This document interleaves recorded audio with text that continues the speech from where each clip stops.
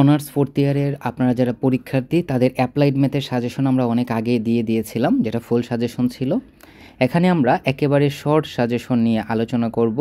তবে আমি বলে রাখি, যদি আপনার A+-এর প্রস্তুতি নিতে চান তাহলে এই সাজেশনে দেওয়া 32 থেকে 33টা যে প্রশ্ন দেওয়া আছে প্রত্যেকটা প্রশ্ন ভালো করে পড়ার চেষ্টা করবেন।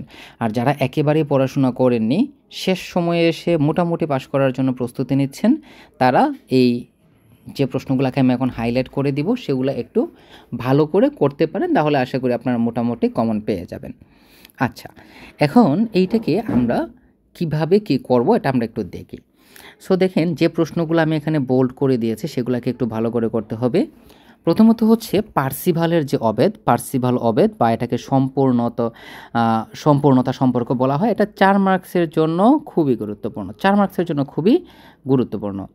তারপরে এই 2 এবং 3 এই দুইটা থেকে আশা করা যায় যে একটা প্রশ্ন এবার আপনারা কমন পাবেন, ঠিক আছে। তারপরে এই 4 নম্বর প্রশ্নটা একটু করে যাবেন। এগুলো খুবই সহজ প্রশ্ন, এই সাজেশনে সবগুলো করে যাবেন। যে প্রশ্নগুলোর সাইডে আমি 99.99% লিখে দিয়েছি সেগুলো একটু গুরুত্ব সহকারে করতে হবে। 5 নম্বর প্রশ্ন, এটা এই বছর আসার সম্ভাবনা খুবই বেশি, এগুলোকে স্কিপ করবেন না। দেখেন এখানে এই যে 8 নম্বর প্রশ্নটা কি, f(x) = x।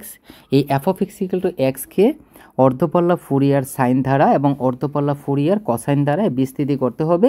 এগুলো খুবই গুরুত্বপূর্ণ প্রশ্ন, এগুলো পরীক্ষাতে আসলে অবশ্যই 10 মার্কসের জন্য পরীক্ষাতে আসবে। আচ্ছা, তারপরে 11 নম্বর প্রশ্নটা ভালো করে দেখেন খুবই গুরুত্বপূর্ণ প্রশ্ন, 2টা প্রশ্ন আছে, 2টাই করে যাবেন।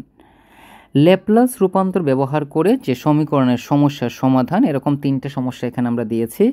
আমরা আশা করি এই 3টা থেকে আপনারা একটা 100% পাবেন, মানে নাও যদি আসে হুবহু, তাও এই নিয়মের এবং অলমোস্ট কাছাকাছি নিয়মের প্রশ্ন কমন পেয়ে যাবেন এবং ওইখান থেকে আপনারা কিন্তু 10 মার্কস কমন পাবেন এবং এটা কনফার্ম পাবেন। তারপর দেখেন 15, 16, 17 এই 3টা থেকে তো একটা প্রশ্ন 100% আসবে। 3টা থেকে একটা প্রশ্ন 100%, এগুলো আসবে ভাই, এগুলো কখনোই মিস হবে না। 15, 16, 17 এগুলো ভালো করে করবেন, এগুলো অবশ্যই পরীক্ষাতে একটা 10 মার্কসের জন্য আসবে। এই যে 4টা প্রশ্ন, এই 4টার মধ্যে 2টা প্রশ্ন 2022 সালে চলে এসেছে, এগুলো বাদ দিয়ে দিবেন। বাকি 2টাই পরীক্ষাতে আপনাদের আসবে, 2টাই মিলে হচ্ছে 4 মার্কস। এখানে 19টাও করে নেবেন। দেখেন এখানে যে 20, 21, 22 এই 3টা প্রশ্ন থেকে আপনারা 1 থেকে 2টা প্রশ্ন পাবেন। এখানে 23, 24, 25, 26 এবং 27, দেখেন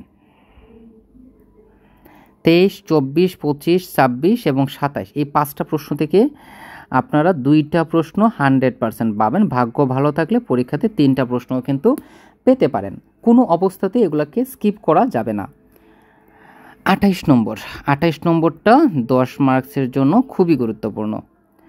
29, 30, 31 এখান থেকে আপনারা 1 থেকে 2টা প্রশ্ন অবশ্যই পাবেন, অবশ্যই একটা তো 100% আসবে। যদি আপনার ভাগ্য ভালো থাকে তাহলে 2টা প্রশ্নও কিন্তু কমন আসতে পারে।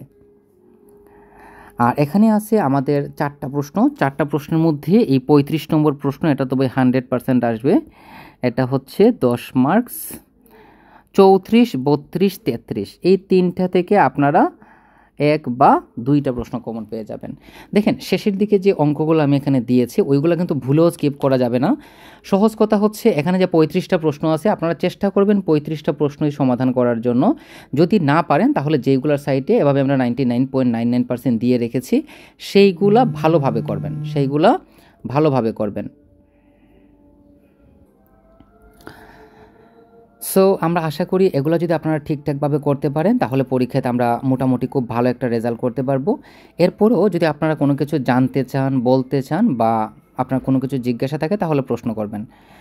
আর এখানে দেখেন, এখানে এই যে 32, 33 এখানে প্রশ্নগুলো একটু দেখে নেন। 32, 33, 34, 35 এগুলো কিন্তু খুবই গুরুত্বপূর্ণ প্রশ্ন। এই যে এগুলো খুবই গুরুত্বপূর্ণ প্রশ্ন, এগুলোকে কোনোভাবেই স্কিপ করা যাবে না, এগুলো বড় প্রশ্নের জন্য গুরুত্বপূর্ণ।